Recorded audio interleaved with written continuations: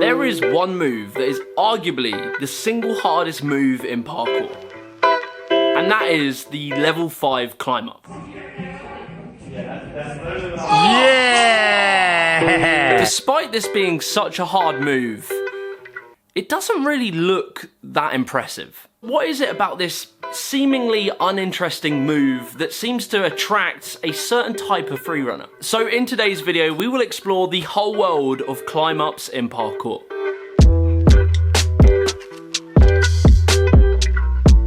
Now, the level 5 climb up stems from a category of movement in parkour called climb ups. Climb ups, as the name suggests, is just a way of climbing up onto a wall.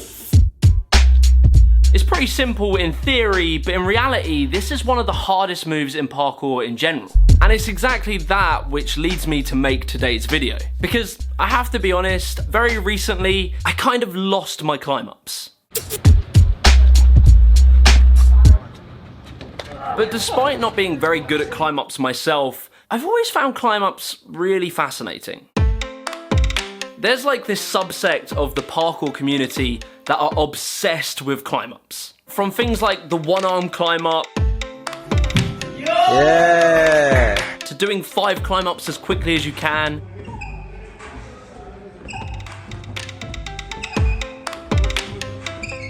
and everything else. Well, you see, at the heart of it, a climb up is simple. It's just getting on top of a wall as quick as you can. The first ever climb up was depicted in a historic painting called The Fire in the Borgo. Okay, he's not actually doing a climb up. In reality, it would be impossible to trace the first ever climb up. If you look at the animal kingdom toward monkeys and cats, you'll see that they do climb ups all the time. However, as time has passed, we would see the ability of climbing onto something be progressed, namely by rock climbers. A move which is called a mantle, which is how rock climbers get on top of a boulder, is a very popular move and has no doubt been done for a long time. I was actually quite curious about the rock climbing mantle, because it's not really a climb up, but it's similar. So I reached out to the climbing YouTuber Albert OK to get an explanation and to see if he can do a level 5 parkour climb up. How's it going, Jimmy? Alright, so check this out. Climbers, we are very scared of doing dynamic movements often. We use a move called the heel hook. In recent competitions, climbers have adopted more of a parkour style. Tomoe Nagasaki is very famous for being poppy, and he sort of does climb ups like a tressier would. So I guess the real question is, can I do a level 5 climb up? Nope, that's not a thing. In the very early days, we'd see people like David Bell and the Yamakaze doing these very rudimental climb ups, often just throwing their forearms up on the wall or doing their arms asymmetrically. They would hoist themselves up onto a wall in a not very good looking manner. But time would pass and some freerunners would realise that this wasn't good enough. If the objective of parkour is getting from A to B as quickly as possible, then they weren't really doing that because they were losing loads of time when they were doing climb ups. So in the early days, a few very important athletes would come along to develop what is now known as a climb up. Very early athletes like Stefan Vigru, Blaine, Owen and Jin, and Teghead. And this would birth what I like to call the nerdy climb up people. These are effectively a niche within the parkour niche. A small strain of freerunners who are just obsessed with climb ups. These athletes were committed to making climb ups faster and more effective. Before we go any further, this video is sponsored by the Ridge wallet. It's light, it's sleek and industrial. It doesn't bend or fold like a typical bulky wallet does, and it has taken my wallet game to another level. I kind of find it funny how with phones, we went from using these bulky flip phones to the more slick looking smartphones of today. But when it comes to wallets, we're still using these old bulky boys. I got this carbon fiber one. It's so sleek and it feels really nice, fits loads of cards, and I can put my cash in the front. And it doesn't leave that awkward bump in your trousers when you put a fat wallet in there. It's just convenient and I don't have to fumble around in my wallet when I want to pay at a till. So go get 10% off yours today with free worldwide shipping and return by going to ridge.com/Jimmy the Giant and using the discount code Jimmy the Giant. Anyway, back to the video. You know, we use it when sparingly, won't it? Because obviously level 3 can be a lot quicker. Okay, so today I've come to meet with my friends Gien and Liam. Gien and Liam were some of the first people I ever started doing parkour with. And whilst me and my friends would just drill massive running jumps all the time, there'd be Gien and Liam over in the corner drilling climb ups. And I never really got it. You know, because to me, doing climb-ups was boring. It wasn't a fun thing to do, and they didn't look that good. They were just kind of a thing that Gen and Liam did. That was, of course, until years passed and I realised how my lack of climb-up has drastically held back my parkour lines. There are runs that I can't do because of my lack of ability in climb-ups. And so I have come here today to try and suck a little bit less at climb-ups. What is it about climb-ups that like fascinated you guys early on? Pete was one of the Yeah. Pete and Dave agreed. Yeah, two guys that were just obsessed with them. Yeah, their climb-ups were just like such a distinguishing factor of why they were so good. Yeah. Bearing in mind this was 2008 and a lot of people had rubbish climb-ups. Yeah. In my mind, you were like how good you were at parkour was defined by how good your climb-up was. Really? Like you can do a small, good Kong Pre on your first day if you're quite talented, but no one can walk in and do a level 4 climb up. And even people that are really strong and have done calisthenics and can bang muscle ups on a bar all day still can't do it. Climb-ups are one of these things that a lot of free runners shy away from. And that's because they're a very hard move to learn. Like genuinely, I've been doing parkour 10 years and I still haven't mastered how to climb up. And when you're a beginner in the world of parkour, there are so many fun things you could learn. You could learn how to run in precision. You could learn how to vault walls. You could learn how to front flip. There's so many things you can learn, and slaving away over learning how to climb up isn't always the thing that people want to do. So what this leads to is a whole range of free runners with really imbalanced parkour skills. They're incredible when it comes to running precisions and flips, but when it comes to climbing up a wall, they suck. Why do some people put off climb-ups? Because they're hard and they don't get you Instagram likes. Exactly. Like they're not flashy or interesting, they're not a flip. And no person on the street walking past you is going to understand why it's difficult. But they are just as core as like any other core movement in parkour, you know? You can't have parkour without precisions in the same way you can't have parkour without a climb up. Yeah. You see, the funny thing about climb-ups is they're not a flashy movement. You're never going to get a random passerby come up to you and ask you to demonstrate a climb-up.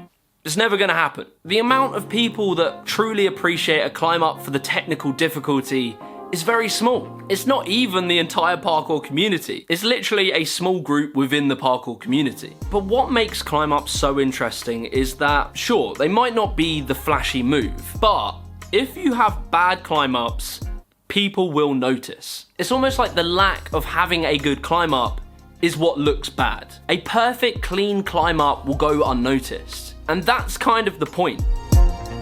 The idea behind having a perfect climb up is so that you can carry on moving fluidly. When someone like me has bad climb ups, they're really apparent. A bad climb up in between a otherwise good looking run just really stands out as not looking very good. As time would pass, one man would come along and develop what is now known today as the parkour climb up level system. I'm telling you, these guys are nerds. That man being Ryan Ford and the Apex School of Movement. Ryan would put up this video in 2012 called The 4 Levels of Climb-Ups, in which he would detail the 4 specific categories in which climb-ups fall, and along with that, the time it would take for someone to get on top of the wall using it, with level 1 being the slowest and level 4 being the quickest. So level 1 is just getting on top of the wall however you can. Go on, Liam's going to give us a... Yeah.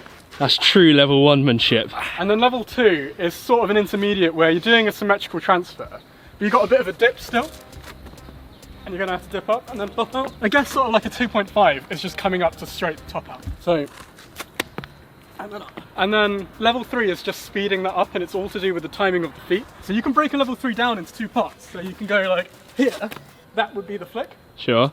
and then it's up. All in one, it's like here. The level 4, it's actually really similar. All that happens is you take out this leg swap. Damn. And that's it. So you might be wondering, where is the level 5 climb up? Now, this is where things get interesting. Originally, the level 5 climb up was considered a completely theoretical move. So theoretical, in fact, that athletes literally referred to it as the Holy Grail. The level 5 climb up was the move that every climb up nerd would lay in bed at night, dreaming that they would one day be the first person to ever do it.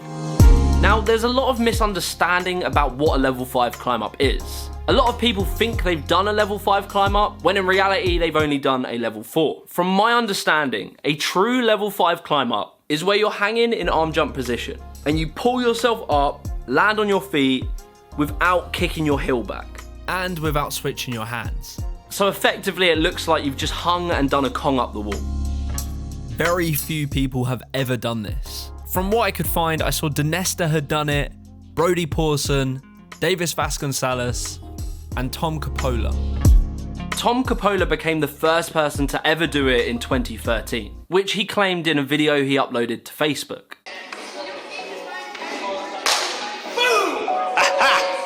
In the caption, he even mentioned how he had previously thought this was a mythical, impossible move. This move had been sought out for absolutely years. As far back as 2009, there is footage of Scott Jackson doing a level 4. This move was everything climb up nerds wanted to achieve, because it is effectively how animals like cats and monkeys pull themselves up a wall.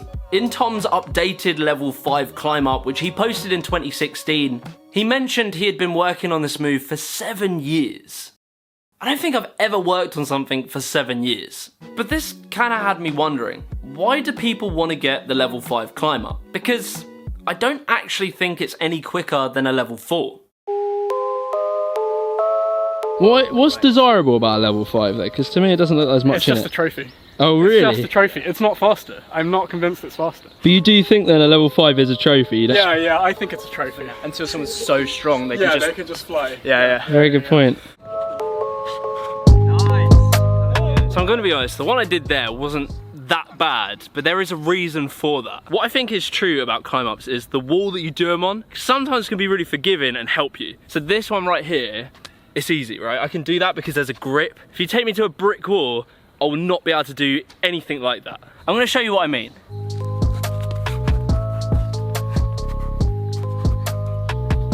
Oh my god. As soon as the wall texture is different, I just can't climb up. And so this is where my problem comes in. If I can't climb up on every single wall that is available to me, can I really climb up?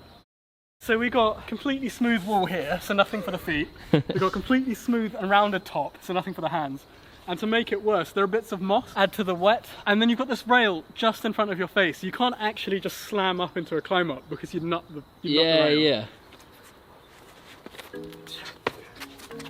Oi. Fine. Hey. I'm scared of the rail. This is what we'd always do as well. Yeah.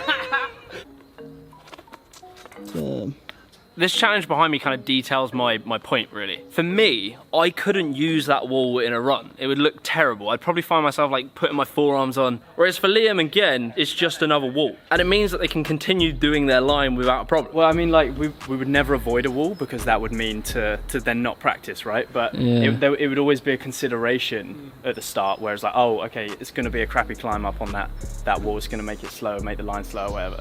But it definitely gets to the point now where it's like a second I land in cat, wherever I am, I'm going to be on top of the wall.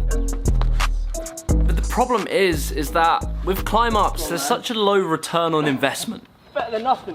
If you spent 5 months training nothing but climb ups versus spending 5 months learning how to flip is going to get you considerably more likes on your Instagram post. And I say that jokingly, but not only that, you'll have more fun learning to flip. Learning to really climb up well is grueling, tiring, and hard work. And it's not that fun. But this is where, over the years of doing the sport, I've realised that is a bad mentality to have. I realise more and more when I look at how Gien and Liam can train, their abilities in climb ups has led them to be able to have more fun doing parkour. Moves like 180 precisions and arm jumps, dynos, and any run that has an ascent in it. This ability to climb up quickly has opened the door to so many more things that they can do. Things that I can't do. So this leads me to wonder, what's the solution? From now on, I plan that every time I go out doing parkour, I'm going to do at least 5 climb ups. If I can, I'll do 5 sets of 5, but more likely I'm going to do 5. Yeah, hands. Okay. Ryan Ford sent me this clip of a 70-year-old man doing a climb up. Yes, forearms. Now, it wasn't a level 5, but he still managed to get himself on the wall. And it got me thinking, if you ask most people if they were in a situation where they needed to get themselves on a wall, could they do it? And I'd be willing to bet that most people probably couldn't. But beyond being a potentially life-saving move, there's something else. And that is the hard work it takes to learn a climb up. The dedication and the graft is potentially more valuable than learning the climb up itself. In life, it's very rare that the things that are most valuable to you ever come easily. They take dedication, they take hard work, and they take doing things that you don't always feel like doing. And to me, climb ups, in this weird way, kind of embody that philosophy. They're hard, you're not going to have fun learning them. But if you push through that, you will learn something so valuable. Not only might it save your life, but it's going to make your parkour lines better, which is obviously way more important. So if you want to see my crappy climb up progression, follow me on Instagram at JimmyTheGiantUK. Liam has very kindly put together the ultimate climb up tutorial over on his channel Parkour Journeys. So go and check that out and subscribe, and also check out Gyemming's Instagram. If you enjoyed this video, be sure to leave a like and subscribe to the channel. The parkour bucket list is out now, so you can massively help support me by picking one of them up, or by donating to me on Patreon or using the sponsored link below. Peace.